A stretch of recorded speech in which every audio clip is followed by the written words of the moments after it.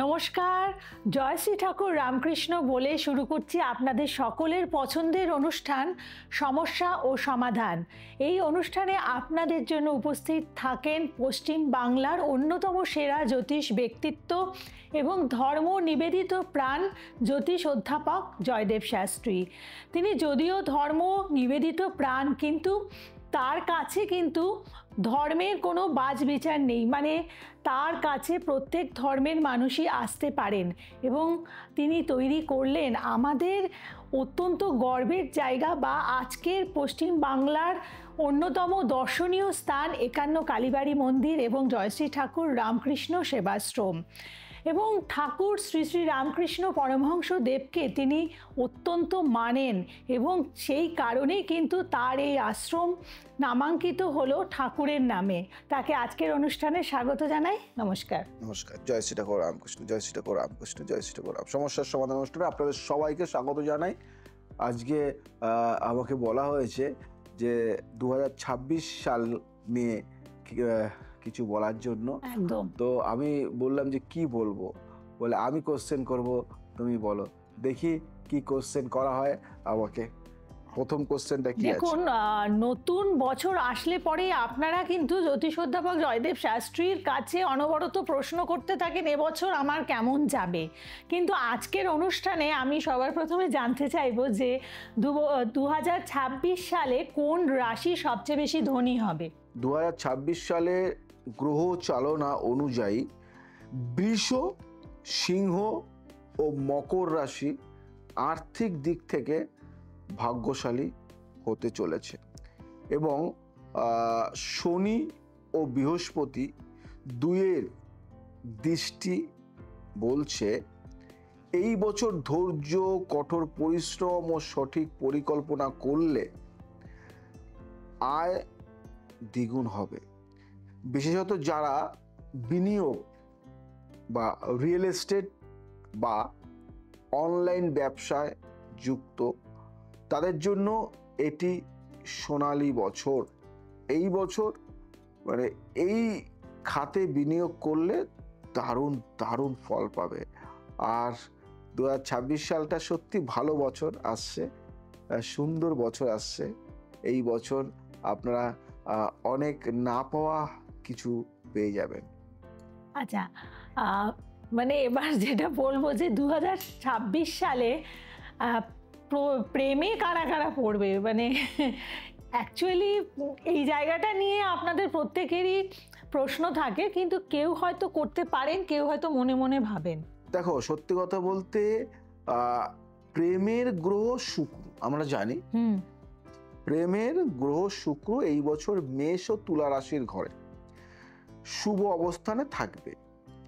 পুরনো সম্পর্ক আবার জীবিত হবে, যেটাকে বলি আমরা পুনর্জীবন পাবে। আর একাকীরা পাবে জীবনের প্রকৃত সঙ্গী। আচ্ছা। তবে কুম্ভ রাশির জাতকদের সতর্ক থাকা প্রয়োজন। অতিরিক্ত সন্দেহ প্রেম নষ্ট করতে পারে। এবছর সন্দেহটা তোমার জীবনে আসবে এবং সন্দেহ করলে তোমার প্রেমটাও কিন্তু নষ্ট হবে।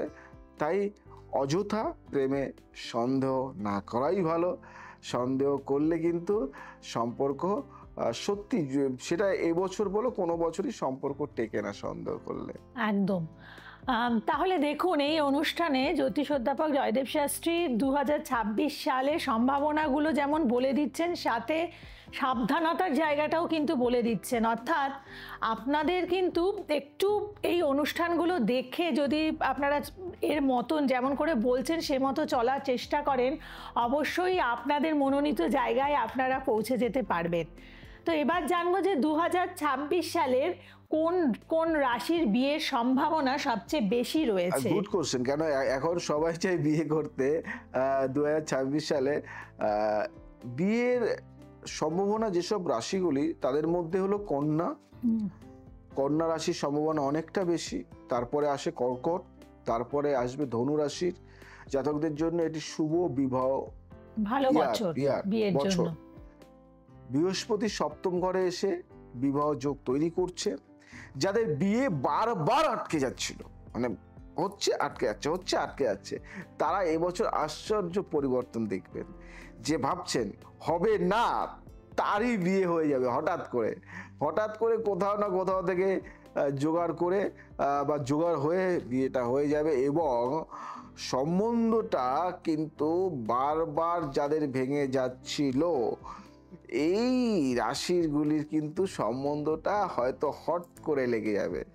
আর যারা একটু বিয়ে পাগল ছেলেরা আছো, যারা ভাবছো যে এবছর বিয়ে যেভাবে করতে হবে, তারা কিন্তু একটু সাবধান থেকো, ভুল সিদ্ধান্ত নিলেই কিন্তু জীবনে বড় বিপদ। বেশ, আচ্ছা এবার বলবো যে 2026 সালে কোন রাশি সবচেয়ে বেশি ভাগ্যবান থাকবে, মানে কাদের জন্য 2026 সাল গুড লাক ক্যারি করছে? সত্যি কথা বলতে ভাগ্য বললে এবছর মীন রাশি একবারে শীর্ষে, তাদের উপর রয়েছে বৃহস্পতির পূর্ণ কৃপা।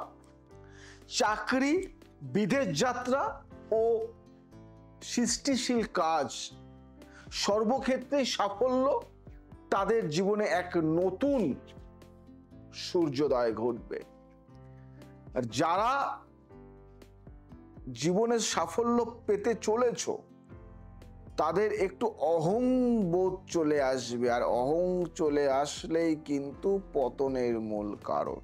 তাই অহংটাকে বিসর্জন দেওয়ার জন্য কি করবে, আমার টোটকাগুলি দাও, যে দেখবে প্রত্যেকটা রাশির সম্বন্ধে কিন্তু বলা হয়েছে কি কি পালন করবে, সেগুলি একটু মেনে চললে দারুণ ফল পাবে। তাহলে জেনে নিলাম যে কোন রাশির জন্য 2026 সাল গুড লাক ক্যারি করছে। তো এবার জানবো যে কোন রাশিকে একটু সতর্ক থাকতে হবে, মানে কেয়ারফুল থাকতে হবে। 2026 সালে কেয়ারফুল যে রাশিগুলি থাকবে, সেই রাশির মধ্যে প্রথমে বলবো তুলা ও কুম্ভ রাশিকে এবছর বিশেষ সতর্ক থাকতে বলা হচ্ছে।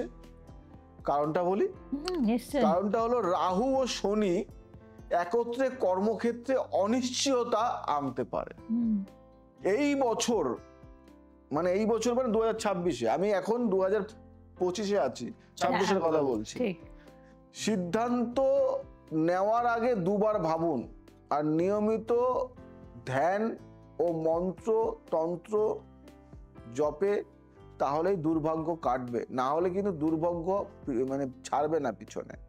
আপনার দুর্ভাগ্যকে কাটাতে হলে গুরু দীক্ষা অবশ্যই দরকার, এবং একটা সঠিক গুরুকে সাথে রাখতে হবে। তন্ত্র মন্ত্র দ্বারা আপনাকে অনেক কিছু কাটাতে হবে। এই বছরটা কিন্তু ভালোভাবে চলতে হবে। আচ্ছা এবার বলুন যে 2026 সালে কোন রাশির বিদেশ যাত্রার সম্ভাবনা সবচেয়ে বেশি? অনেকের কোশ্চেনের উত্তর কিন্তু পেয়ে যাবে আজকে। 2026 সালে কোন রাশির বিদেশ যাত্রার সম্ভাবনা সবচেয়ে বেশি, এটা কিন্তু প্রত্যেকটা মানুষেরই কোশ্চেন থাকে। বলে দিই, আর মানে ইসে রাখবো না। ধনু, মেষ ও কর্কট রাশির সামনে বিদেশের দরজা খুলে যাবে।